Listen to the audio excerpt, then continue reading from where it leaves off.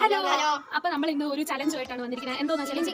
അല്ലെങ്കിൽ വിളിച്ചിക്കാന്നൊക്കെ പറയും. അതാണ് വിളിച്ചിക്കാം, ഞങ്ങളുടെ നാട്ടിൽ വിളിച്ചിക്കാന്ന് പറയും. അപ്പൊ ഇത് നമ്മൾ ഇന്ന് എക്സ്പ്രഷൻ ഇല്ലാതെ കഴിക്കുന്ന ചലഞ്ചാണ്. ആദ്യം അവൻ കഴിക്കും. ആ ചെറുതിൽ നിന്ന് വലുതിലോട്ട് ഫസ്റ്റ് മൂന്നാമതിനായി ഔട്ട്.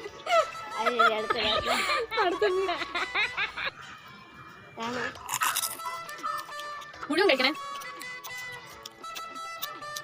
അവനൊരു കുഴപ്പമില്ല.